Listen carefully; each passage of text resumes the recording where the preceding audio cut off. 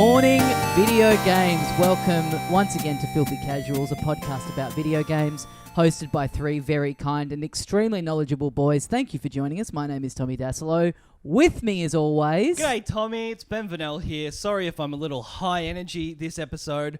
I've been drinking one of the worst drinks I've ever had in my life. It is a V golden fruits flavour, forbidden.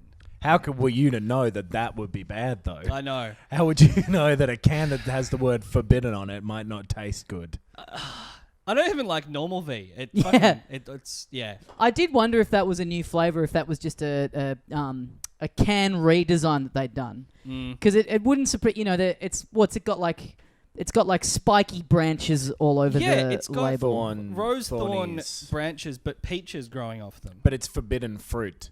So it's like, oh, don't touch. Right. I should have paid attention to the branding. This tastes like having sex with my dad. Forbidden fruit. I said it was Sure. bad. Forbidden fruit. That biblical reference of the... Forbidden Remember when fruit. Adam had sex with God? Yeah. My name's I'm Adam. I'm going to take this rib and make your dad out of it. Now, don't fuck him. God took one rib, made Eve. Then he took another rib and made a stepmom. And from that is On where... special comments for this energy drink review, it's Adam Knox. Yeah, that's me. The second, well, the first, but like the one of the two energy drinks we're likely to talk about. Yes. In the next hour or so. Yes. Oof. I reckon we've spent more time on this actual energy drink than we will on the other thing you mean. Yeah. So, yeah, Ben's got the forbidden fruit flavoured V energy drink. Adam is sitting here with an absolute king's ransom of a real chemist situation he's got stacked up on my kitchen table here. Yeah, I've got Panadol and Nurofen and water. Me and Ben are both getting sick, we feel. Yeah. I was just sick too. Yeah. And now I'm back. Yeah. I With couldn't something stay. else. Yeah. You're both two sick little boys, I have to say. I- You seem to get sick. You both seem to get sick quite often, I think. I want to go to the doctor, but I'm too afraid. yeah. Do like a full medical. Yeah. I think 30 is about when you start going there and you just... Some things are going to start not working properly. Yeah. And you've got to accept it. Yeah. My defense, by the way, is that I work in an office and they are a hotbed for sickness that just circles around constantly and you can never get free of it. I work in a public, very visited tourist location. Yeah. Yes. And that is your mum's house. And Fuck me. a lot of For the people listener, from a he lot of pointed at me. different countries come there. Yep. And I'm exposed to all sorts of infections that they may have. Yeah. Because I pre-fuck them. Make sure they're good enough for mama. Yeah. Mama only gets the And best. Tommy, you live in a hermetically sealed luxury bubble and travel by limousine, so you never get sick. Yes. I travel. Not for a while. I travel standing up on the back tray of a ute encased in glass, Yes. so that no one can assassinate me Constantly. with either guns or germs. Halfway between Pope and the AC/DC music video. They're driving down. You are playing Swanston Street. bagpipes every time you drive around. Well, that's what powers the car. That's Yeah. how the car gets energy. It's a self-driving car, Sure. but you drive it by playing the blowing into bagpipes, the- and then it takes care of the rest. Yeah. But it is another big week in video games. 2020 off to an absolutely roaring start. Yeah, another bumper episode. Another bumper episode. There's genuinely been some shit that's gone down this week. Last week we were being sarcastic, but this week I'm being regular. I mean it. I've played a new game. Yeah. There's been at least 2 bits of news. Are you What like more that could evil you Krusty want? doll in The Simpsons? You've got a switch on your back, sarcastic and regular. I see what the problem is. Someone left him switched onto sarcastic. Yeah, that's real funny, Tommy. Sorry, I switched back. Yeah, you brushed up against the wall and flipped it accidentally. Well, is there a big story that you want to kick us off with? Let's talk about the Warcraft thing. Do you guys want to talk about Warcraft? Yeah, all right. Do you want to get beaten up in high school? No, but it's going to happen anyway. Or primary school, depending on your age, or university. And if you're getting beaten up at university, your fault. That's old enough. You should be able It's to. a crime. Yeah, but if you leave your doors unlocked, you're going to get robbed. Can you give me... I need some context for this story. I'll give 'cause you I know, the full story. Thank you. from beginning to end. So, Yes. do you remember a while ago now, Blizzard announced? Oh fuck. This is going to be another struggle. I feel like I just 2-3 weeks ago was on an episode go like, sorry, I'm sick. Yeah. And now I'm fucking back. I need to look after myself. And so does the company Blizzard. Because they have their Warcraft 3 Reforged was a remastered version of Warcraft 3 that they announced a while ago. Yeah, we've talked about it before. We were kind of interested in it, having played it. I think this was announced during that BlizzCon that went poorly. Right, the mobile Diablo. Yeah, it was either during that one or the next one, but Yep. it was already announced at a time where, and for a couple of years now, people have been on a pretty big anti-Blizzard train. For good reason. All the stuff with the Hong Kong thing, and just their sort of lack of progress in making games that people want. They've been pretty stagnant for a while now. They've been sitting on their cash cows and not really pushing the development of their big franchises forward. Totally. Yeah. So they put out this remastered version of Warcraft 3 called Warcraft 3 Reforged, which you'd think would be an easy, not a home run, but a first base sort of a thing. Yeah. A little bit of over-the-shirt stuff. Yeah, exactly. Well, just kiss, isn't it? Yeah, I think first base is just a kiss. Yeah, I think second base is grabbing them titties. Yeah. I don't think that's a base at all. I think No, it is. first base is a kiss. First base... No, well, I guess I'm not First the base a expert. kiss, second base over the shirt touching. Yeah. Third base hand gone stuff. Hand stuff under the pants. Yeah, below the belt hand stuff. And then How many bases do you rounding think there home. are? How- Four. Rounding home. Yeah. Full fuck. Yeah. Nah, it's one base for every hole. What? Yeah. Yeah. First base mouth. Yeah. Yep. Mouth to mouth. Second base. Base. You know, third base butthole, and then fourth base is dealer's choice, or all three. Wild card. Yeah. Yeah. Draw four. Draw four. Red.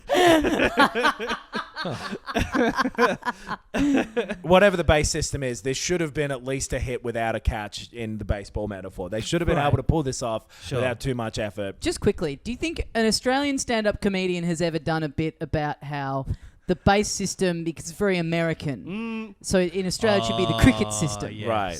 That seems like something that someone somewhere along the line would have done. So right? like a single run, 4 and a 6. There's only 3 real scorings. It's just number of fingers. Yeah, I guess so. out for a duck. Oh yeah, I mean, I that's don't know. true, yeah. I don't know enough about cricket to be able to put this one together, but that Yeah. seems like something. Maybe, hey, you know what? If you're a listener, if you're Australian, if you've been to see a lot of stand-up comedy, let us know if you've ever Yeah. seen that at a room around Australia. It's like, we went home after the third base, caught and bowled though, so I don't know what. I don't know enough about cricket. I think that's you went in for something and got rejected. I don't know. Anyway. Neither do I. Anyway, this is that. It's going in for something getting rejected because Yes. you'd think that Warcraft 3 Reforged would just be a coat of paint on the graphics and you're pretty much done, right? That's it. Yeah. That's what a remaster is. Yep. Maybe the menu system becomes a little better. Better. That would be the key word, right? Yeah, would be yeah. better Yeah. across the board. Yeah. Something more recent with new sort of skills and development put into it should be better. Exactly. Yeah. Well, this sounds like an open and shut case. Yeah, I'm yeah. ready to move on. I don't Even need to hear if- any more from you, Adam, to be honest. Even if they did mess it up, at least the old game is there. Why? At least you've why got the even original. That's a introduce weird this concept? qualifier. Yeah. Yeah. I get, but sure, I guess. A remaster can never delete the original. So what they've done is made it worse and deleted the original. If you go to download your copy that you own of Warcraft 3 from Blizzard now, you get an installer for Warcraft 3 Reforged, which is what everybody has, regardless of whether they've bought Reforged or not. But if you download it not owning it, the remastered version, which is expensive for what it is, you get like a limited, in quotes, classic version, which is a downgrade from the original one because it turns some shadows off. It runs worse on older computers because it uses like a Chrome thing for the menu apparently, and it's very sluggish. And you lose a bunch of functionality that the majority of people sure probably aren't interested in, but there are a lot who are, especially if they're still interested in this game. Yeah, sure. So it's the problems come in with like custom games and maps and stuff like that. A lot of them are broken now, or your saves are gone, or you can't even do them properly. Which is what Dota came from, which is what like League of Legends and shit came from. And so what Blizzard has done, and a huge part of the reason for this surely has to be, is included in the terms of use that they own everything that you create with this in all ways. Right. They have moral ownership is the term, which is like there's nothing you can even be credited for.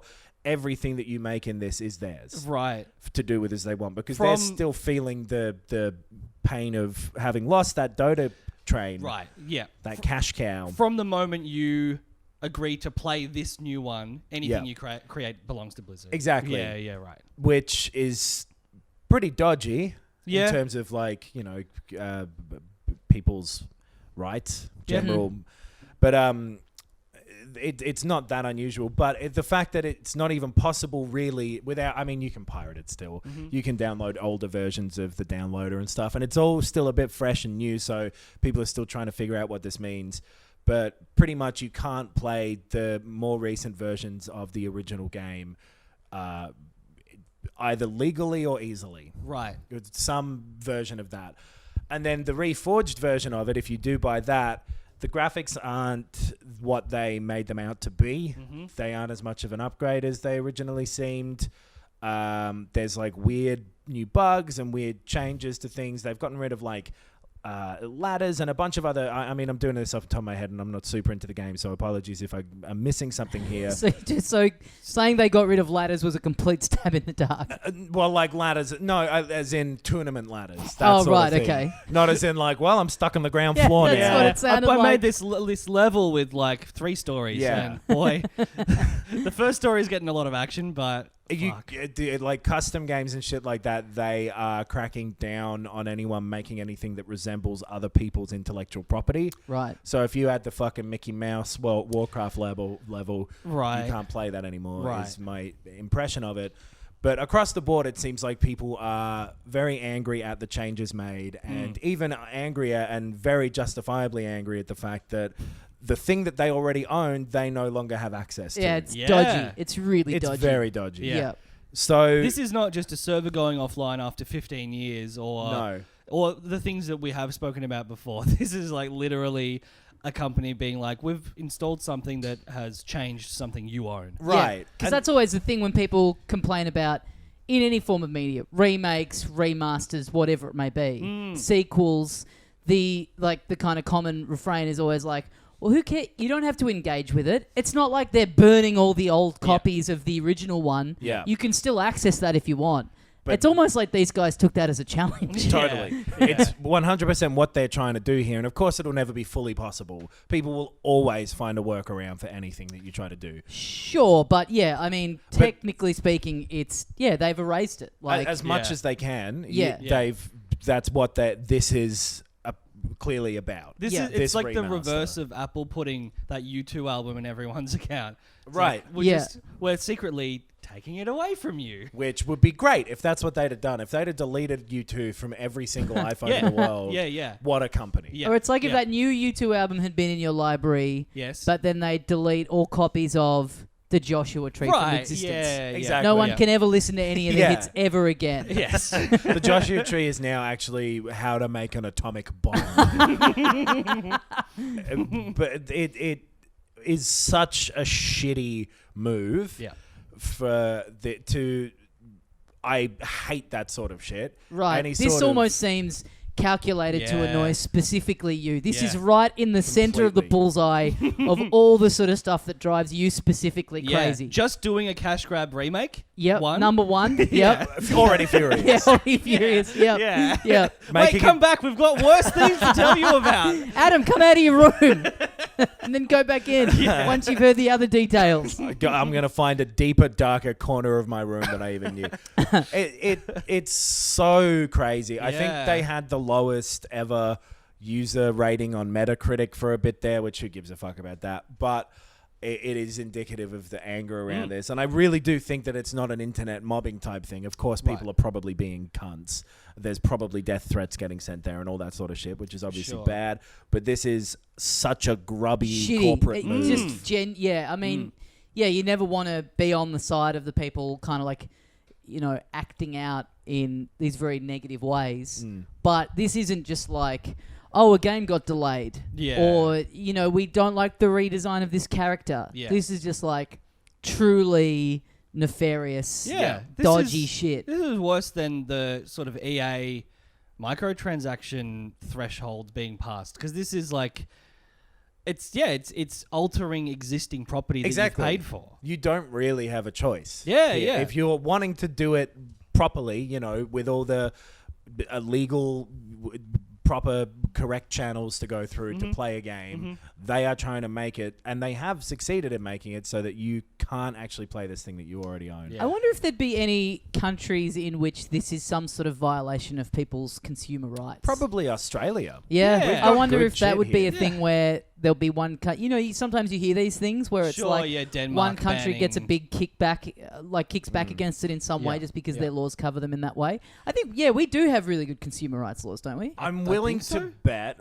that because the thing that they've gotten rid of is just a download client for your game, and the automatic patching that they're doing is technically to a new that Right. version still exists nebulously out there. You can Yeah. technically acquire that. Right. Probably not through their channels, but I wonder if they're in any obligation to even offer that download. Right. And this is the thing I'm always worried about with these digital distribution methods, is that it seems as though, and the precedent's been set with like the Wii Store and all that stuff that's shut down, that they do have no obligation Yeah. to perpetually offer you access to the thing that you've bought. Because surely you buy into getting automatic upgrades and patches and things, bug fixes, Yeah. and the language around it would be vague. Because if it is like companies genuinely trying to upgrade and improve their games, Yeah. they can't be specific about that language for every patch. And I think even with the original copies of like Warcraft 3 from 2002, I think,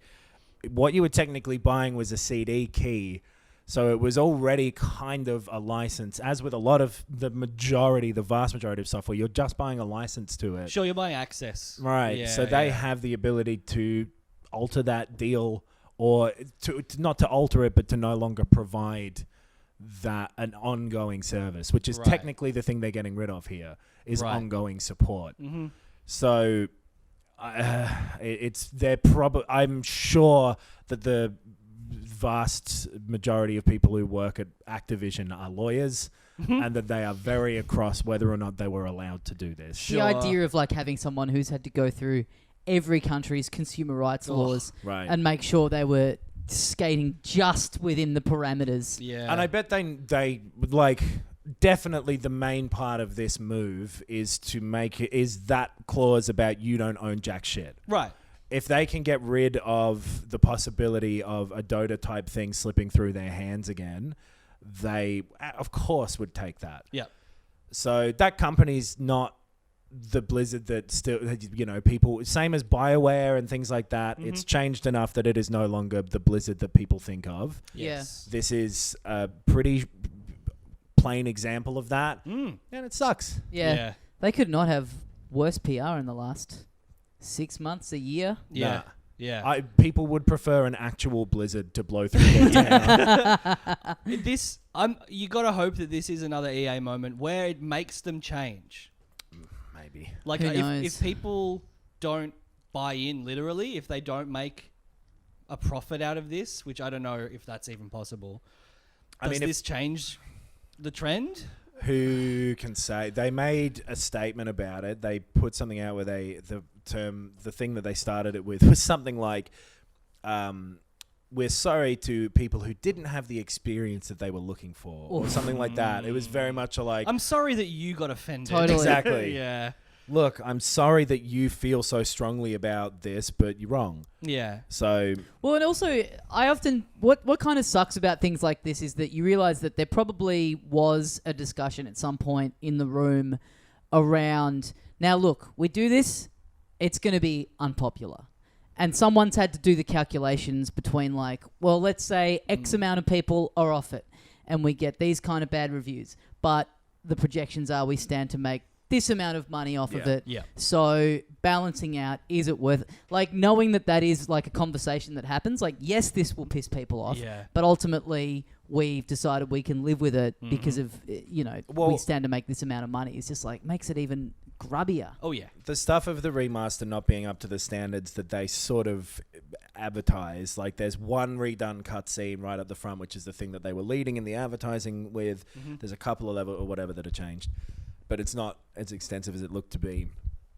It seems like they lost interest in this or ran out of budget for this or reallocated people or whatever. So it's also come out undercooked anyway. Right.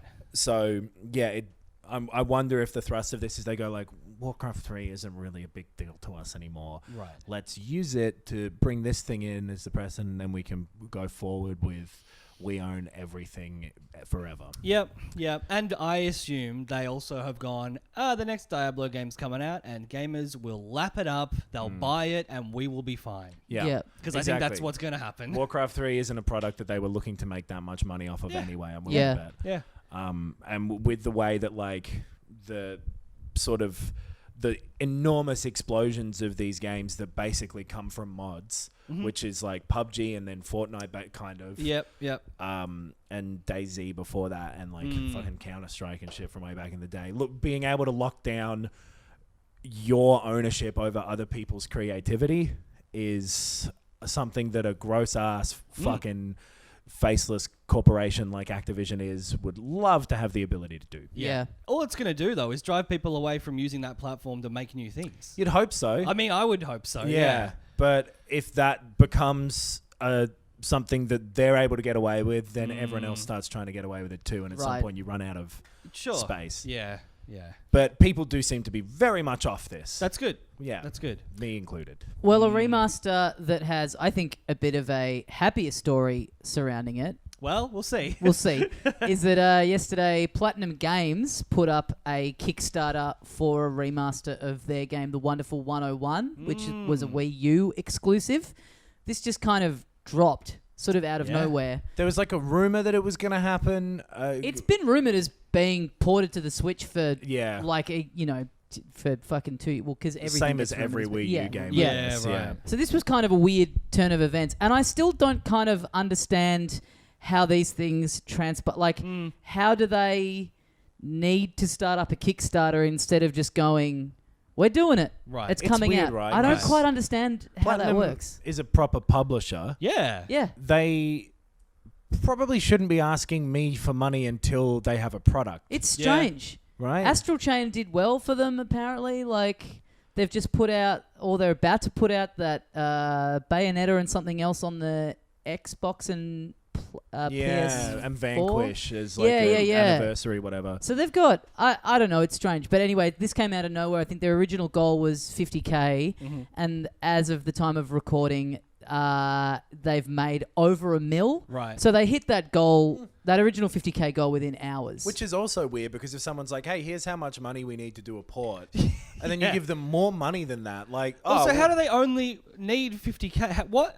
None of that makes sense to me. Well, I mean, and like, here's the porting other things from the Wii U to the Switch is probably a relatively simple process. Yeah. I guess. I mean, I'm not a fucking games developer. It but certainly has been given the old like test by now. exactly. People know the process. There's by a blueprint. Well, It's they've been done it this- yeah. with one of their own games. Right. With Bayonetta 2. Well, and here's another very weird thing about it. So I backed this. I don't think I've ever backed anything on Kickstarter before. Right. And part of the reason I backed it was I backed it for the amount that gets you the physical copy. Right. I was just like, yeah, I'm just buying the game in advance. I Sure. want to play it. Cool. But kind of the reason I did that was because the delivery time, or the expected delivery time, is April this year. Right. Like in 2 months' time. So it must be more or less like It has to be done. ready to go. Surely then Physical production of a product like that takes a while. If this was just like, if this was just, sometime in 2022, I don't think I would have bothered back. I would have been like, I'll just pick it up. But I was Yeah. like, cool if it just gets shipped to me in a couple of months and I'm just paying the cost of it now. Well, do you remember Cool. what the blurb says the money is for? Because surely if it's that little and it's coming out that soon, it's like, oh, we got to pay Nintendo a licensing fee or something. They had stretch goals as Right. well. So the extra money is going to some form of, I guess, DLC it'll have to be if it's coming out that soon. So the first stretch goal was them porting it to Steam. Right. And then the stretch goal after that was them porting it to the PS4. So maybe that tells you something about how difficult it is to develop for both of those things. Sure, yeah. And then the other ones beyond that, just different forms of DLC. It's like costumes and colors and stuff. Yeah, it's like a time attack mode and Right. I read something that they, and I think this is the case with Astral Chain as well. Nintendo owns 50% of it, so them being able to put the stretch goals of Steam and PlayStation 4 was because of Nintendo signing off on it and saying, go for it. So then this was in an interview with one of the developers where he talked about, the same thing could happen for Astral Chain, but if they 2 is Nintendo's as well, right? Yeah, They published that, I think. I don't know if it's the exact same.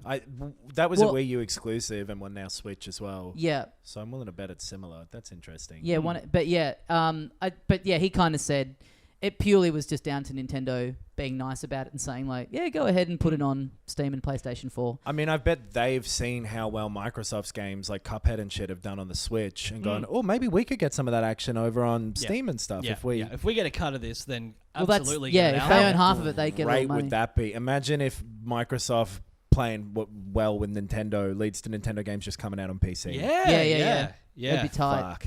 But I'm excited to play this game. I never got it on the Wii U, but I always heard good things about it. The people who've played it talk about it very fondly. All 8 of them seem to be fans of it. If it's being delivered to me in April, then cool. Yeah. But I would love to know. I mean, maybe the story is out there. I just haven't looked particularly hard, but I would love to know the mechanics of how, like, them just deciding to get on Kickstarter and do it that way. But good for them. 50K goal. But 50K for it sort of is not that much. Yeah, it's a strange amount. 50K for a verse, no album out. Oh, fuck yes. Oh, yeah. Fuck yes. You've done it. I loved that. My beautiful, dark, twisted Noxie. Can I donate to that Kickstarter? Is that something I can pay for? Remake all Nicki Minaj's songs, but with me. Yes. You know what always boom. What always fascinates me about Kickstarters and stuff is like, when you get into the bigger, obviously every Kickstarter wants as much money out of you as they can get. And, you get into like the higher tiers and there'll be something it just starts to be stuff in the mix where it's like, this is costing you money to manufacture. You know what I mean? It's like, figurines that we're making up. It's like, use the money on the fucking game. Sure, I always find that very weird. Yeah. But I guess you crunch the numbers and stuff. They must. Yeah. I reckon they don't. They just go for it. Fuck it. Yeah. Oh, no. We can't afford to put the game out because we spent this $1 million on 8 pewter statues that people had ordered. That's how Star Citizen and shit like that happens where they're like, oh, fuck, Mark Hamill cost more than he. Oh, yeah. Jesus. So you can buy these fake ships that don't exist in real life. Feels exciting to have backed something on Kickstarter for the first time in my life. You guys ever done that? Nah. I don't think I have. I mean, I'm a patron of some podcasts, but that's not quite. Yeah. It's already a thing. Yeah. I don't think there's just ever been something that was on Kickstarter that appealed to me heaps. I think I'm in the same boat. Well, this is kind of a weird case where I just feel like I'm pre-ordering a game that already exists. Exactly. And I've the heard fact is that good. it's a port, it's not like the Mighty Number 9 type of thing where you're like, oh, a new Mega Man, and then it turns out to suck. Yeah. I don't feel like I'm taking a gamble. I just feel like I've pre-ordered it. It's just weird, like a proper company doing a Kickstarter. And I get, everything that's on Kickstarter is from companies. Yeah. But one that has already done it of their own volition. It's surely this is like their accountant being like, we actually can't allocate you money to do this. Yeah. So if you do want to do it, and there's people who like the game enough that they do. Yeah. You've just got to sort it out yourself. You know what I'll give you? Make it up on your lunch break. Yeah. Give me a PowerPoint and I'll put it on Kickstarter. But if Nintendo half own it, it's strange that maybe they've just been like, we're not going to ever port it. You can. Maybe they're aware as well of the how it looks for them to just do more and more and more Wii U remasters at this point. Because what is there left now? Like Mario 3D World, Pikmin 3, like that Star Fox game, but no one really liked that. Right. Yeah. Zero, No one cares. Nah. Yeah, that's probably it of good things. Yeah. Yeah.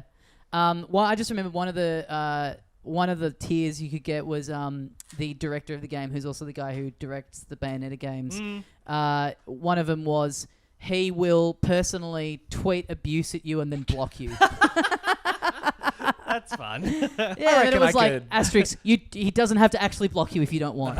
The idea that it's like, I think he's like a real crank on Twitter, so it was like, yeah, the great man's going to fucking sledge you and then block you forever. Right. It's like a Jeff Ross Kickstarter. Yeah, get roasted. I mean, I would have done that if it was a little cheaper.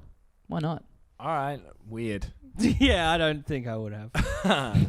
Well, speaking of strange things coming out of companies. Oh my God. And companies from the Blizzard thing, if we had to transition from the Blizzard, I could have done this more easily. Yeah, Blizzard. Companies that are maybe changing to become an unrecognizable version of themselves. Dan Houser is leaving Rockstar. Yeah, this was the story of the week that tickled my fancy, because I feel like this is massive. Yeah. This is a whole like paradigm shift in video games, because those Houser boys are responsible for some of my favorite games and the biggest games in the world. Yeah. And are genuine creative voices behind them. Well, and Sam has always been the business boy. Right. Apparently. So Right. he's been like the money man. I'm just trying to think of other... He's been He was the the one cash that- cunt. Yeah. He was played by Daniel Radcliffe in the movie. Yeah, the dollar dude. Yeah, Yeah. the dollar dude. Yeah, Anyway, yeah. because he's been the coin Carl.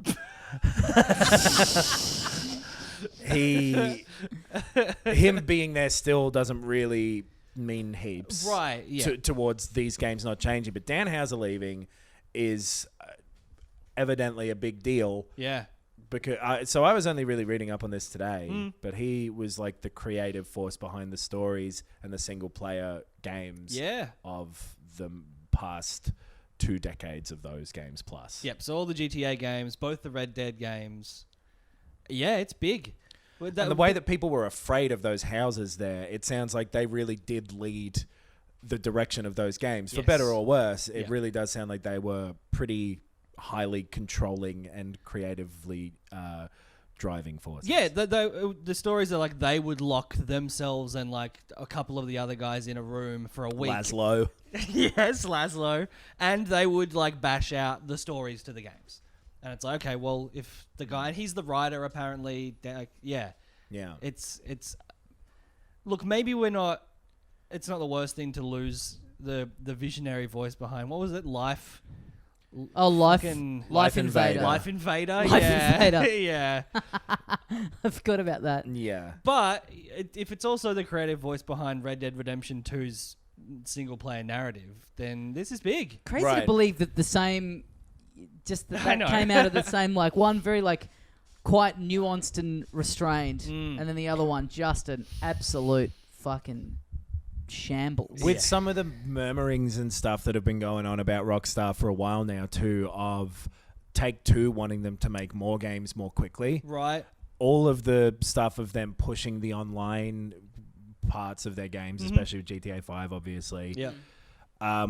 It looked as though that company was going to change either way. Like the games coming out of Rockstar, wouldn't be surprised if Red Dead 2 was sort So of... the last hurrah. Yeah. Yeah. Because the video game landscape has changed to a point where that scale of single-player game doesn't happen that often now, or as often. And if it does, it takes a big personality there to kind of make it happen. Yeah. I did read, and this was very encouraging, the success of Jedi Fallen Order. Yeah. Fallen Jedi Order. Yeah. Has sort of motivated EA to explore more single player games, which That's is cool. great. Yep. But They're in a similar situation where Respawn are that type of company where they have a few people who have really pushed for this, and it's rare that you get that sort of stuff, and it's great when you do. Yeah. You get those weird companies that, like Corey Barlog with God of War and that sort of shit. Yep. But someone like that leaving a company like that will probably be a big deal for their creative output. Yeah, I mean, if you do speak to the idea of the industry going towards more gross online versions of these games rather than, like valuable single-player narratives. Jedi Fallen Order was great single player game that was pretty small in scope. Yeah. That was one of the key flaws about it. It was like, there's not a whole bunch of customization. There's not a whole bunch of different worlds. It's pretty small. It was sort of rushed. There's as no well. way we're getting GTA 5 the next gen. No, I would be surprised if Grand Theft Auto 6 was good to me. Because I didn't really like 5 either that much. It was Right. already moving in a direction that I wasn't that interested in. Red Dead 2 was great. Yes. I loved it. I would be so shocked if we saw something that was even in that vein from them again. Maybe not Yeah. shocked, but I have to imagine that him choosing to leave, not lose, that was a Freudian, but provided it's not because of health reasons or whatever, there could be any number of reasons for him leaving. Yeah. But if it was over something where he's like, okay, well, this is moving in a different direction and I've had my time, then yeah, we're probably not going to see the Rockstar of the last 2 decades. Yeah, so maybe GTA 6 is just like purely online from the get-go, or whatever it is. yeah. I mean, if you keep turning that Grand Theft Auto dial in the direction it was already going, 6 will be even less story focused because I think 5 already kind of dropped off. I mean, I really liked 5. Like, Right. I all the we've talked about it so much, but the satire stuff, very on the nose, not for me. But I mean, I had a really fun time playing it, Yeah. and so it would be yeah. a shame to not get an experience like that again. Yeah. I Different think locale, but And we are discounting how hard all of the other people at Yes. Rockstar are forced to work. So yeah, of course it's the majority the same people. Just when the Irishman's going to be different without Martin Scorsese directing it. Yeah. Probably a better movie. yeah. I think on GTA 5, I think that the story was not the strongest thing about it. It was like a bunch of mission ideas. And the separate characters. And I thought Yeah. the separate characters flipping between those 3 guys was what I really liked. Yeah, there well, was Like no- abrupt tonal shift. There was no going over to overarching Trevor's story area. that really happened in that, though. The way that Red Dead 2 Yeah. really was just a one story Sure, playing yeah. through. There was a plot in GTA 5. There wasn't really a story. No. But it was like a massive, detailed open world that was extremely fun to explore. But yeah, I think GTA 6, if I had to put my savings on it, it's going to be a massive open world with a bunch of online games in I'm it. willing to bet that's literally the bet that Rockstar's Yeah. making too. Yeah. Because in a They're business still way, churning stuff out for 5, aren't they? Yeah. Online. Yeah, They still yeah. do stuff with Oh, yeah. it. And I mean, as much as Red Dead 2 did fantastically, largely because of its story. I mean, I don't know how many people play the multiplayer of that, but virtually everyone who was in on it for that big story. Yeah. And Yeah. pretending to be a cowboy. Yep. So clearly, they would be silly to move away from it probably because it does work. Yes. But again, if they've crunched the numbers and it works much more profitably to just do an online game, Yeah. then they'll do that. And there's Yeah, a it's- chance but- that yeah. as much as we make fun of some of the writing in those games, that even if they did attempt to do another in the same vein, that it wouldn't be as good or the same. It wouldn't or be the whatever. same, clearly, yeah. Yeah.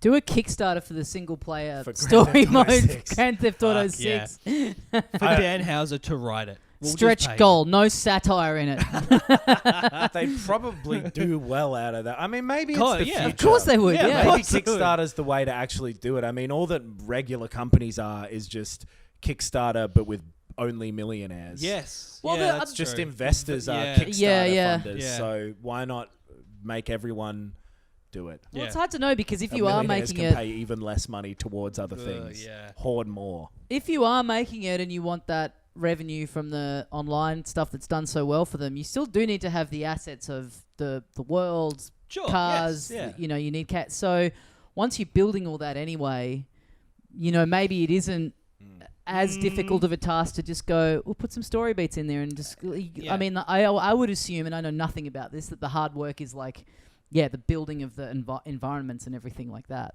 Yeah. So maybe, I don't know, maybe it won't go away because it's like, I mean, when the next gen comes around, people are going to start dropping off GTA Online maybe guess. pretty I quickly. guess if Like, they're so they're not going to need to re-releasing get a it. new, And do you know what? or maybe they There's- do a Red Dead re-release.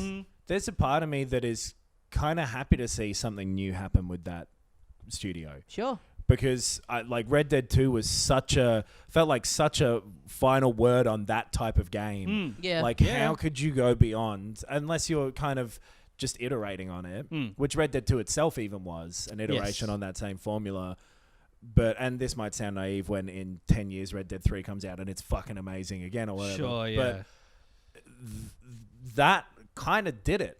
If that's your swan song, sick. What a swan. Yeah. Yeah. Go and make GTA Fortnite and make $1 billion, and I guess I'm happy to disengage from that. Exactly. I'm at that point in my life too. We can all be houses about this. Yeah. I heard you paint houses. Is that something? Oh, yeah. I don't know. Oh, no, I think you mentioned the Irishman earlier. Yeah, I think it's something. Yeah. Adam, it's something. You got to admit it's You've something. gotta admit- I heard you paint houses. It is something. Yeah. Come on, you had your fun with your Monster one before. You've basked in the glory. Yeah. Share it around a little bit. Yeah. I'm sitting in the shade I'm just over trying here. to figure out what the paint means, but it really doesn't matter. It'll do. It'll do. Yeah. It's good. I'm sure some people out there will be loving it. Oh, there's people capping Those their 3 dads. people, please tweet at me. Totally. Sam Hauser, Dan Hauser, and Laszlo. Yes. Who is Laszlo? He's some guy. None of us know enough about how those companies actually run to know how much of an effect this will have or how amicable it is or what the reason is. They didn't even say a reason. And it's not immediate. It's like in a month or something. A month from now he's stepping away. So That's it. I mean, if you're the if you're the sort of like unknown, let's say like second in command who's riding shotgun with Dan as he does a lot of the story beat stuff, you feel like you've contributed just as much, if not more. You know, you've kind of pushed him in the right direction. And then all this news about him stepping down, everyone goes, well, the company's fucked. Sure. You just react to this chat and go, yeah, thanks a lot, everyone. Yeah. It's the same as to bring him up again just because we're talking about... I mean, it seems as though the houses they have that autorial kind of reputation at least, whether it's earned or not. But the same thing with God of War and Cory Barlog, where they're like, oh, yeah, he worked on the old ones, but he's just been promoted. Right. What's he going to do? But then someone who's right for the job coming along and putting their own spin on it, you know. Yeah. The Grand Theft Auto, what you could do with that is as open as the worlds themselves. Yeah, Oh, I my first thought when you said, like, put it in those terms, Tommy, was that guy will want to prove himself. Absolutely. Yeah, you're right. If it ends up being in 5 years, the GTA reshift in the same way that the God of War reshift happened, then that could be fucking incredible. Yeah. The You know, only maybe way it could go complete other way from being on, you know. The only real way to me it could completely go belly up or whatever is if that pressure from the publisher thing is real, if it was the personalities at the top that were preventing it, and that no longer happens and they start churning things out as yearly Grand Theft Autos or whatever. Yeah. If that starts to happen, then that could be a problem. But we'll see. Yeah. Was there any other news? Probably, but you know. Those were the big boys. Those were the ones that really stuck with us. Yeah. Well, We got one each. Yeah. how All it the news works. that's fit to half remember. I haven't been playing anything that I've not talked about on the show before, but I have been playing a bit this week, due in large part to the fact that I wasn't really playing much on the TV for a little while because I had a sound bar, the subwoofer of which broke about 3 or 4 months ago. Yeah. And so everything on the TV just sounded like absolute shit, and I kind of didn't want to play games. I was just like, I played a couple things, and I was like, oh, this just pissed me off. This sounds so bad. Yeah. And I'd been delaying doing anything about it because I was like, I bet I'm going to have to drag this subwoofer into a factory out in the middle of nowhere. So I emailed the company that it's from, and they were like, just take it back into the shop that you got it from, and they'll send it off for repair. I'm like, all right. So I put it in my car, drive down to JB Hi-Fi Camberwell, where I bought it from. I go in with the receipt. I talk the guy through everything that it's the subwoofer stopped working, da-da-da. And he's like, okay, well, we'll send this off to them for repair, and then we'll call you in like a week, and we'll probably have like it fixed or whatever, or a replacement that you can come and pick up in a week. And I was like, you know what? This is such a hassle, and there was kind of a bunch of stuff about the soundbar that I didn't really like, even before all of this happened. So I kind of was really hoping that I'd come in here and you would just let me exchange it for a different soundbar in the store. I was kind of hoping that I would just get the perfect situation handed to me on a plate. I was hoping that I'd come into this shop and you'd just give me a free car. Yeah. That's kind of what I was hoping Give for. me a I know it's not blowjob something and you would... send me on my way. Well, I say that. He looks around and then he goes, yeah, fuck him. I'll do that for you. Whoa. I Incredible. hope that the manager of JB Hi-Fi Camberwell doesn't listen to this podcast. Incredible. Yeah. So then I got the box of the old one out of my car. He didn't even check. He didn't even look to see if everything was in there. Just gave me let me pick a different one. I paid the difference. Got it out of there. Absolutely beautiful stuff. Wow. Yeah, could not have gone better for me. You never hear those kind of consumer stories anymore. Yeah, I know. You've just got to get someone on a bad enough day Yeah. that they'll do it for you. Yeah. No, I mean, it was really great because it did feel like me and him pulling off a heist. Because he says that and then he's GTA like... GTA 5 style. Yeah. Yeah. Because then he goes, all right, I'm going to put this through. Meet me over in the soundbar section. If you've got any questions, I can talk you through what a good one would be. I'm like, okay. And so then I like sneak over there. He kind of like pops out from behind one of the shelves like 5 minutes later. Sitting back to back, reading the JB Hi-Fi catalogs, talking like as though you're not really speaking to each other, but he's on the other bench. Yeah, and then he's like, great, I'll put that through now. And so where's your car? I'm like, I'll park down in the basement. He's like, right, bring the car up. There's this other car park. You loop around here. We've got our loading bay. You come in there. You ring the doorbell. Angelo's going to meet you out the back. He'll take it off your hands. Then come back around what here. season is best for hunting owls? Yeah, dude, I loved it. So I'm back. I feel good about playing stuff on the TV now. Fuck. And as a result, this week I've been playing a lot more of Luigi's Mansion 3. A game which a Nintendo game. Yeah, Nintendo game. Yeah. That game that can't be played handheld. Yeah, nah. Glad to have you back with us, Tommy. But yeah, I didn't really play much of it after it came out, and Right. I'd been, it was one of the games I was looking forward to most last year, and I don't know, I just kind of stalled on it for a variety of reasons, but had a big old sesh with it over the weekend, and it's fucking great. Yeah. It's such a satisfying and inventive little puzzler game. Having a really good time with that. I started playing Return of the Obra Dinn after you guys talking about it last week. And man, oh man, it's great shit. Yeah. It really is great stuff. Yeah. Very good game. Great Loving that atmosphere, game. great writing. It was good. interesting for you saying that you had the same thing with the visuals that I did of finding them a bit much when you were playing it on the TV, but in handheld it was fine. So I downloaded it before I'd gotten the. I downloaded it while the Australian Open was still on. So I was kind of playing it with the the TV on mute because I wanted to like check in on the score every now and then. Yeah, right. And as I was playing it for about 2 or 3 hours in handheld mode, didn't have any of the issues that you had at all that you were talking about last week. Finding the visual style was a bit headache inducing. Yeah. And initially I just kind of chalked it down to like, I've never had car sickness or motion sickness or anything like that. I was like, maybe just different constitutions. And then the next morning I put it on the TV and was just like, oh my God, this is a fucking nightmare. Because I only played it on the TV. Right. So it's probably just a resolution thing, I guess. Well, because I played it on PC with a slightly smaller screen than a TV. And I never had any real proper issues with it. Well, I'm probably a higher resolution than the Switch is doing as well in TV mode. I don't know that. But yeah, that's interesting. Yeah, so if you're thinking of going in, it's one of the few things that I could recommend handheld on the Switch over probably any other form of Because playing if you were going to go handheld on the Switch, you've got a couple of options, right? You've got either you can get a regular Switch, take it out of that dock, play it. But what if your screen gets scratched? Yeah. Well, you just get your screen repaired.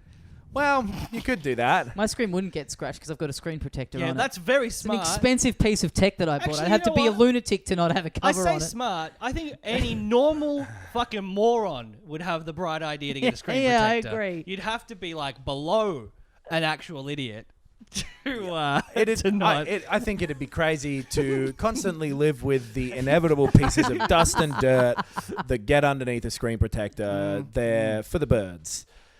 Real people, real human beings live life and know that scars happen. I scratch my... This is just for the listeners, but I actually agree with Adam. I don't have a screen protector on, nor do I have a case on my phone. I love to live dangerously. That naked life. Yeah. The Emperor's got new clothes and his dick looks good in them. Because For the listener, I've got a screen protector on, I've got a cover on my phone, and I'm currently wearing 4 condoms over my penis that's flaccid under my jeans.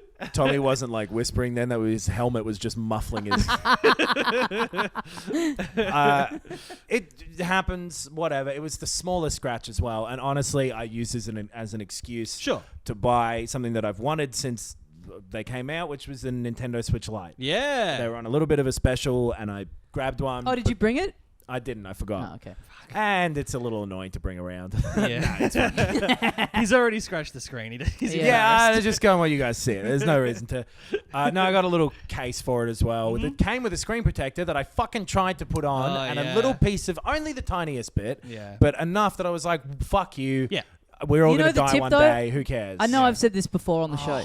I'm Take not him to one of going those in. phone repair places I'm and not get them going. to do it. Yeah. I'm Why? not going. Say it's for your child. I am not going to a 48-year-old man, which is the only type of person who works that's at true. a phone screen repair place. Yep. And I am not putting up with the judgmental look. That'll scar me more internally than could ever happen to the screen of a Switch. I think the guy who did mine was younger than me. Well, He seemed impressed that I could afford a Switch. well, I can afford two. So who's impressed now? You should take it in now and with your other one in your hand. Like, I guess this is my backup beater. I guess just fix the scratch. I should look into getting the screen repaired as well. I'm sure you can. I wonder how much it is. But either way, I wanted one. Yeah, Anyway, yes. and Yeah. it's a little smaller. It's a handheld thing. The buttons are better. The D-pad is an actual An actual D-pad. D-pad, yeah. It doesn't feel quite as heavy. The plastic is really nice. The screen being a little smaller is great for some games. Right. It looks very crisp and great. I got a grey one because I didn't like the blue or the yellow, really. I don't like colours. Yeah. And You don't wear a lot of color. ah, You got blue shoes. Are you wearing the blue shoes Yeah, I today? am. Yeah.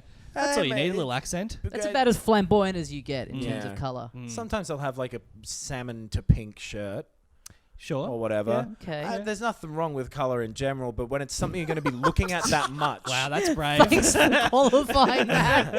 I'm a huge okay take. with colours. I mean it more with In something. general, he said. There's clearly some issues. When something when you're going to be holding it that much or looking at it that much or using it that much. you have to be happy to have that color specifically forever. Exactly. Yeah. That's what I'm I currently don't. wearing black and white. Whenever I see like a green car, I'm terrified of that person. Yep, Because it's like you're either impulsive and you bought this when you're in a green mood, Mm-hmm. which makes you dangerous, or you're always in a green mood. Yeah, that makes yeah. you terrifying. right. Yeah. Because you're either not addressing your emotions or you're so heavily like you're so this one emotion that Yeah. either way you're a wreck. Yeah. If you can, the only safe color is white or black. Yeah. That's it. I hate to admit this again, but I have a black car. Yeah. I completely agree with you. It's the only way to do it. You've got to have no color there so that you can imagine a color on top of it. Yes. No, yeah. I agree with you. Yeah. Specifically in terms of a car, I don't think I'd ever lash out and get some. And wild also, colour. never get a fucking grey car, you idiot, because it's the color of the road that you're driving on. Well, How are Tommy- people going to see you? It's the colour that my car is. It's a lighter grey. That's why I than- said you idiot. It's a lighter grey than the Not every surface road. of the You road. can't know what sort of resurfacing that road's going to have had You don't drive. for this exact reason. A lot of roads kind of are black as well. So So white car all the time. yeah, white car. But all you the know what time. else is white? The clouds. So what if someone's seeing you from below? What are Yes. ants going to think? Who Yeah, as you cares? crest a hill. Exactly. Yeah. There's no safe way to drive a car, but there is a safe way to play your Switch, and that's to have two. It was Yes. very easy to do the thing of making that the primary one, Oh, so you yes. can just Oh, play that's cool. games, and then the other one it like takes 2 more seconds to load up a game on the TV Switch because it's the secondary one and it accesses the internet to go. Do you still have the license for this game? Right. Okay. Which Oh, is so fine. you can hop back and. Oh, that's cool. Yeah, you Right. can do cloud saves for most games. Some of them don't allow it, like Pokemon and stuff, for reasons that Nintendo has said it to do with cheating. I don't believe that excuse Right. because a whole bunch of games let you do it. But you can transfer the save still just by having the Switches near each other. Oh, that's cool. Oh, so you can right. still move them if you know you're going to, but you can access your cloud saves wherever, Right. whenever. Good We're for meant them. to be together. An easier process than It's just so I think nice. anyone would have predicted. And I love the Switch. There's a whole bunch of games on it. One day I'm going to put custom firmware on that thing and make it an emulator machine. Probably. That's part of the other reason I got it. But I'm just being honest. What, you want to come and arrest me for that? For saying that I'm going to commit a crime? Well, you can't arrest someone for attempted murder. So I like it. It's a really nice thing. You don't need one. Nobody needs one. But it does feel better as a handheld than the regular Yeah, Switch. great. I mean, if you've never bought a Switch and you I live wouldn't say on, to on get the one. road, really. Even if this was going to be your only Switch, I still think that the ability to put it on the TV is enough to justify the extra price. They're a lot cheaper. If it's maybe for a kid who's only going to play Pokemon Right. or whatever, then sure. Yeah. And only kids play Pokemon. But it loses be some of very the it loses some of the functionality from the regular Switch. It doesn't have any rumble. It doesn't have like the infrared and all that sort of stuff from the Joy-Cons. You obviously can't take them off. Yeah. It's just the one solid brick. Yeah. So it definitely isn't as good or as versatile, I should say, as a regular Switch. But it does fill a separate little niche. It looks very nice. It feels very nice. And as a dumbass luxury that I can justify by talking about it on here, Nice. it is just a nice thing to have. Yeah. You know what I mean? Yeah. As a I'm not a product, it's good. sneakerhead. This is my equivalent of Sure. being a sneakerhead. Yeah, okay. Yeah, I've definitely bought a Switch Lite's worth of sneakers in the past 6 months. Exactly. Yeah. And my shoes are, falling apart. But I don't have to go anywhere. Because I've got 2 ways to play Switch at home. Notoriously not portable thing. It's a nice thing. And it is a smaller profile and stuff for Just traveling. Like, that case is unbelievable nice. if there was going to be anyone on this podcast that owns 2 Switches at the one time, that it's Yeah. not me. Yeah. I mean, I assumed you owned 20 the way that you talk about it. So I was just trying to catch up. But yeah, the Switch is a nice place to play games that don't require a huge screen. As long as you stay off the eShop.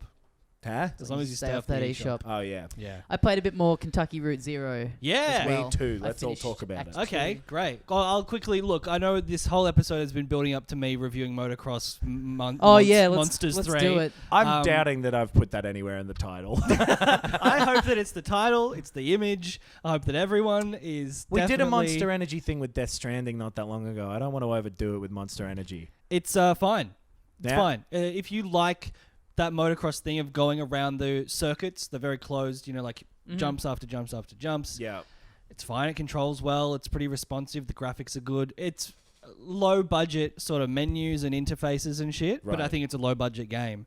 Like the developer's logo that came up was pixelated, in the opening credits. Sure. Love that. But it's good. It's not for me, but as a consumer review, as yours was for the Switch Lite, it's a good product. And if you're into motocross, Yeah. Is Monster like the big sponsor of motocross? Yeah, it or is. Yeah. Do they Yeah. have a branch of it? No, I'm pretty sure that they're the big sponsor of the whole thing. Right. All of the tournaments and stuff like that. That's it's good. I just Well, wanted is it to like do that because I behind- played it. Behind the back motorbike type Yeah, thing? exactly. Yeah, it's the same sort of game that's been around for decades, but it's done reasonably well. Cool. Yeah, Nice. Cool. I 10 guess out of people 10. already know if they're interested in probably. that or not, right? Yeah. How much of Kentucky did you take in? So it's hard. I really wanted to go through all of it because it's not a particularly long game. Yeah. Each act is maybe a couple of hours. What are you doing with the lights?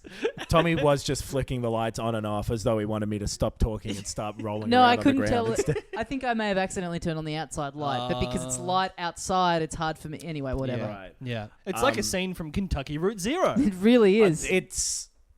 I'm only up to the 4th act now.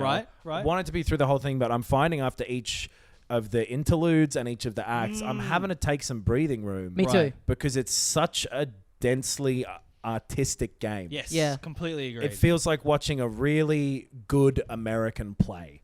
Yeah. Yes. I do. I feel the same way. Like I wanted to have finished it by this ep, but yeah, I kind of one of those chunks at a time is sort of my cap. There's Yeah. something in each of them, and if it's the best thing I've seen in any media of making me feel like I'm in a dream. Yeah. Yes. I agree with that. Absolutely. Never yes. had something as effectively do it. That like that scene in the diner from fucking whatever David Lynch movie. Oh, that Mulholland is. Drive. Yeah. Yeah. That's number 2. Yes. quite distantly. Yeah, that's a really good comparison. I mentioned, I think last week, that the aesthetic has some similarities with Control, which had some dreamlike sequences. Yeah. But was, I think, a little bit more of a heavy-handed approach in Control. Sure. I think Kentucky Route Zero is much more, soft touch, artistic, draws you in with like weirdly filmmaking techniques. Yeah. Yeah. Because dream stuff can be so hokey. And this isn't explicitly It's done a dream badly. or anything. No, but it's just that feeling like,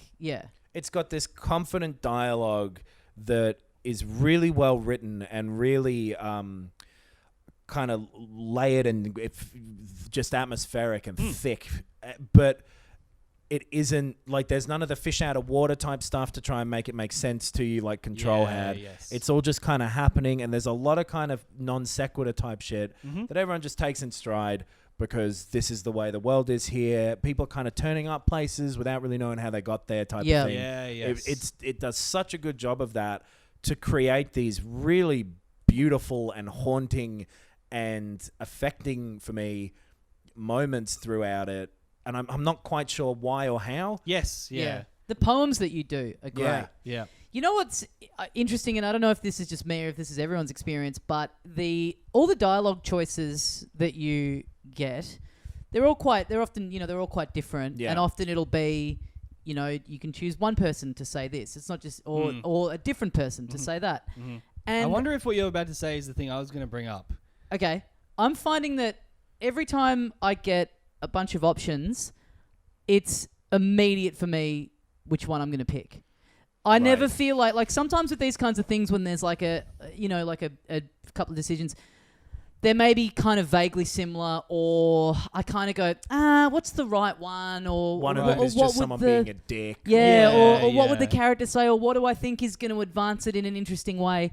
With this one, for whatever reason, I find it really easy to just be impulsive. Like they all come up and I go, bang, that's the one I want. Absolutely. Like I don't have to think about it in any kind of like, I'm trying to solve it or I'm trying to do what the character would do. I'm or just a like, best bang, path that's or anything like that. I'm completely feeling the same way. Where I'm saying things that I kind of don't want them to say, but I almost feel like I'm acting. I'm in it and I go, boom. Right, It doesn't. I'm not. It's really easy to be impulsive, and I never find that with this type of game. And I think a lot of the time that's why I drop off them pretty quickly, because I'm just spending too long going, should he ask a question or should he be rude and walk? I just don't know. That's interesting. So you guys feel like you're almost like acting out a play that has already been written. Like it's clear who this character is, and you're just going like, oh, this is what happened. And like I already remember the line almost. Right. And it's that one. It's, Ezra says this now. Yeah, okay. Well, maybe it's just like the choices are also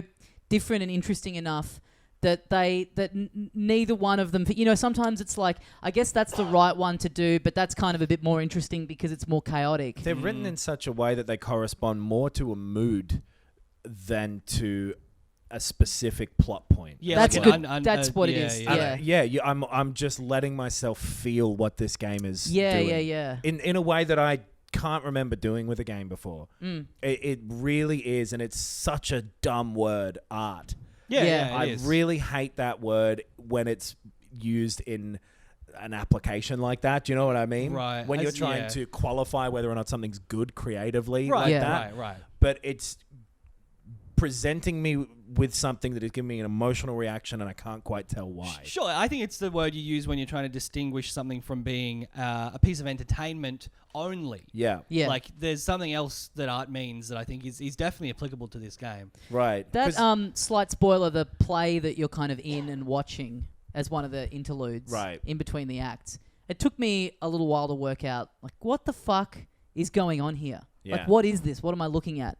But then once I realized what it was, and you kind of spin around the room and everything, and it takes, again, like you're talking about, you sort of drained at the end of one of those chunks.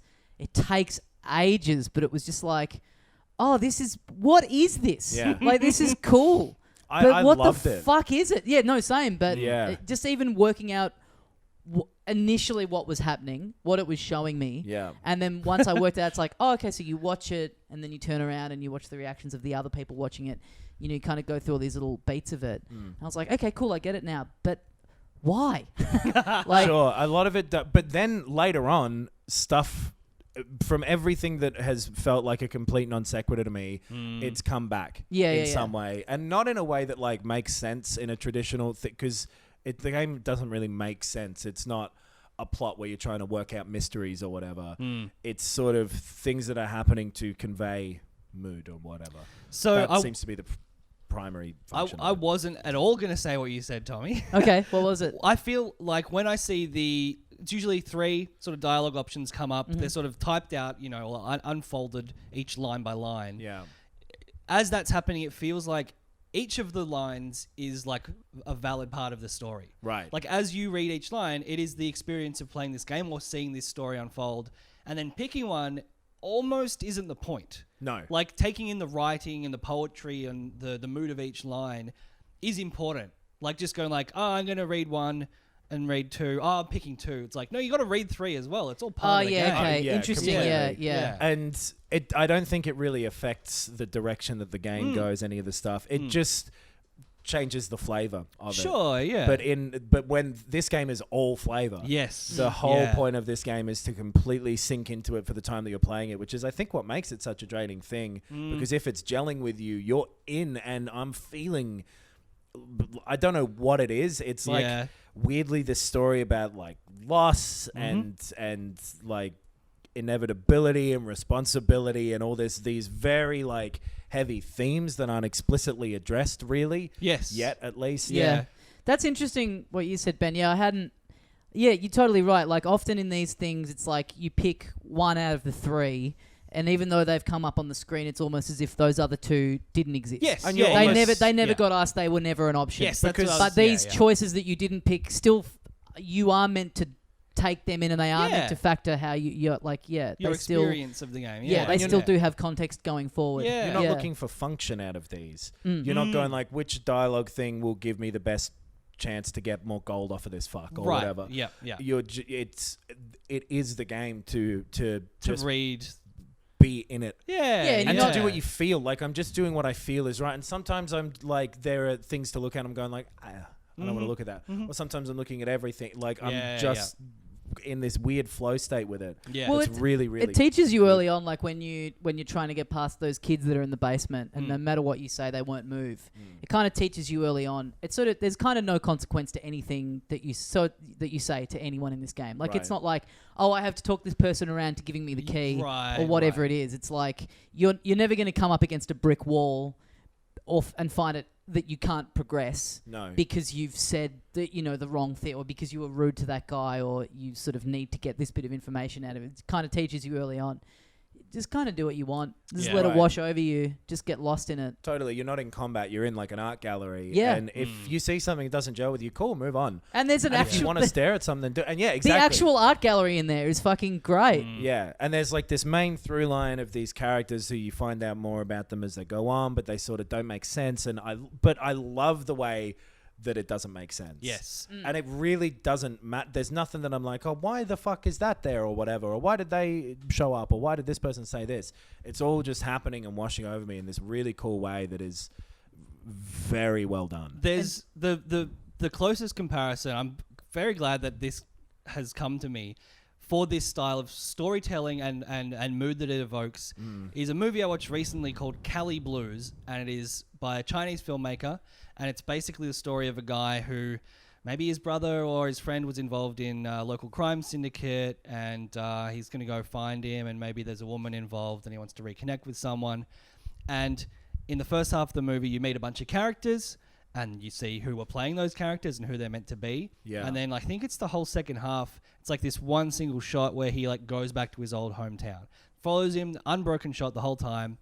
And then these actors who were playing these characters previously pop up again as different characters. Right. And songs that he was talking about as a child liking, they're being sung by groups in the street. And there's like lines that come up again. And it all evokes this dreamlike state. Yeah. Of memory and loss and like melancholy and like life. Yeah. And it's the same feeling in Kentucky Route Zero. It's this very strange sort of non-chronological, mood-based way of telling a story. Yeah. That is great. I love it. Totally. Because I couldn't really describe the plot to you that easily, even though I'm like more than halfway through the game. But it's about regret and that sort of shit. And it's about like... and it's doing that so effectively that I'm really, really impressed by it. Yeah. And the writing is fantastic. And I mean, it's all just writing. And this cool visual style that's very simplistic, but also simplistic so that it's out of the way. And the Yes. plot is simplistic so that it's out of the way. And however it's doing this conveyance of mood is very, very effective because it's a deeply touching game. When you first start playing it again after a session, I definitely noticed man, this is some simplistic character design. And then by the time you finish that section or whatever, you realize, I just started seeing them as people. I stopped noticing the style at all. It's interesting. It's a great book, but it couldn't be done as a book. And it's great. I'm really looking forward to finishing it, but I couldn't bring myself to do a marathon thing because I'm savoring it. I know exactly what you mean. Yeah. Well, should we wrap it up? There's one more thing for me to talk about. Oh, yeah, yes. I played a new game that came out, I think, last week called Journey to the Savage Planet. It is an exploration-based game. It's kind of like a platformer. It's not a survival game, really. You're collecting resources and you're fighting things out in the world, but it's kind of more presenting you with some environmental puzzles almost, or exploration-based puzzles in a kind of Metroid-y way where you obviously can't get up here because you don't have the fucking magnet or whatever. What does this game look like and what platform is it on? It is on PS4, Xbox One, and PC, I believe. It is kind of a colorful, very simple Unreal Engine type of game. Right, okay. It looks like a Unity type thing. It's doing the same style of game as an Outer Worlds type of thing. Sure. Nowhere near as well. Right. Because the combat isn't anywhere near as good as it should be for how often it makes you do it. The humor is, to me, unbearable. I truly despise what it's doing in that element. There's videos, but you're on this crashed ship and you got to go around and collect resources to build new items to get you to different places. And it's all made. It's not randomly generated or anything. Yeah. But it's exactly the thing you're picturing when you think there's a wall that can only be gotten by explosive things, but you have to get the carbon required to get you an explosive thing, and then you can get behind that wall, and there's an upgrade to your health. Right, okay. It's upgrades and upgrades and upgrades and upgrades and exploring until you're done. Right. Which is a fun loop, and it's doing that exploration stuff well enough that I'm enjoying playing it, for sure. Okay. The platforming feels nice, and the general, here's this weird new environment, how do I get around, what am I meant to do here, what am I looking for? It's something that's been done a million times, but it's done well enough in this that I'm still enjoying that loop. Right. The combat, not great. The shooting is not good, and the enemies that you're fighting are just boring in some way. They've got these attacks, so you know what they're doing, you got to dodge out of the way, and it just feels like a real chore. And the humor is my biggest gripe with this game. Every time you go to your ship... What kind of humor? So there's videos that play that'll be ads from this space world that you're in where you work for the 4th best exploration company.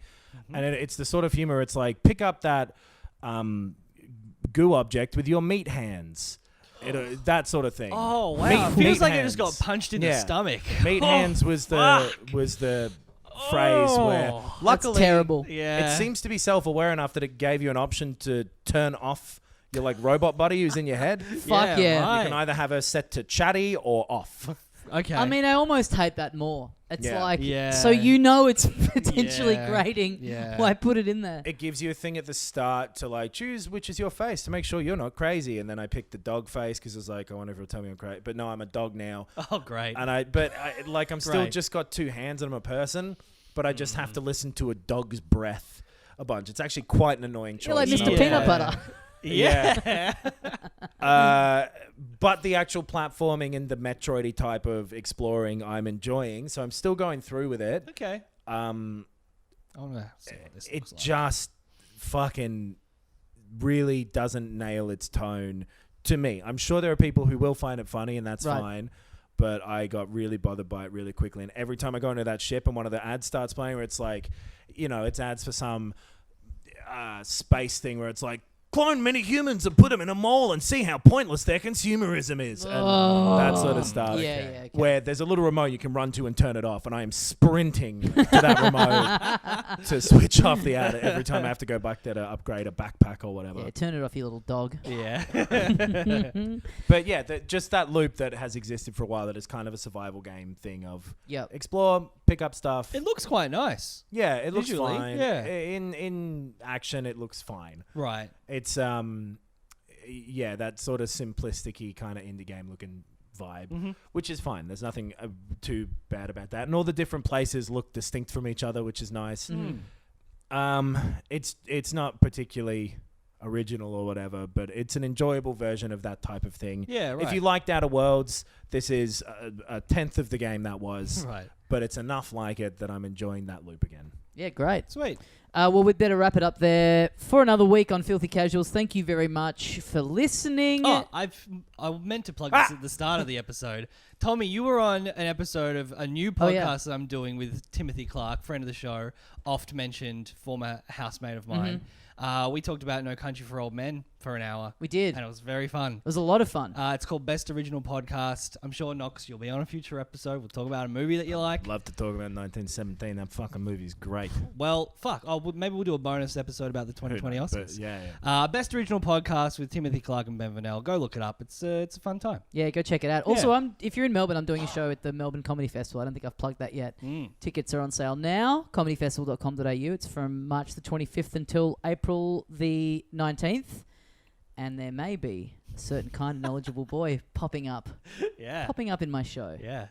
Me. Ben's helping me out with it. That's filthycasuals.com.au. You can find our social media links and you can find our Patreon. You can support the show and get a bonus episode every week where we talk about other stuff. We're currently going through the decade and wrapping that up. Oh, yeah. Been a lot of fun doing that. So go kick in. It's very much appreciated by us if you choose to do so. We'll see you next week. Thanks for listening. And as we say here at the end of every episode of Filthy Casuals, Filthy Casuals Reforged coming out next week, where we just delete episodes 1 through 208 out of existence. Great. I'm looking forward to it.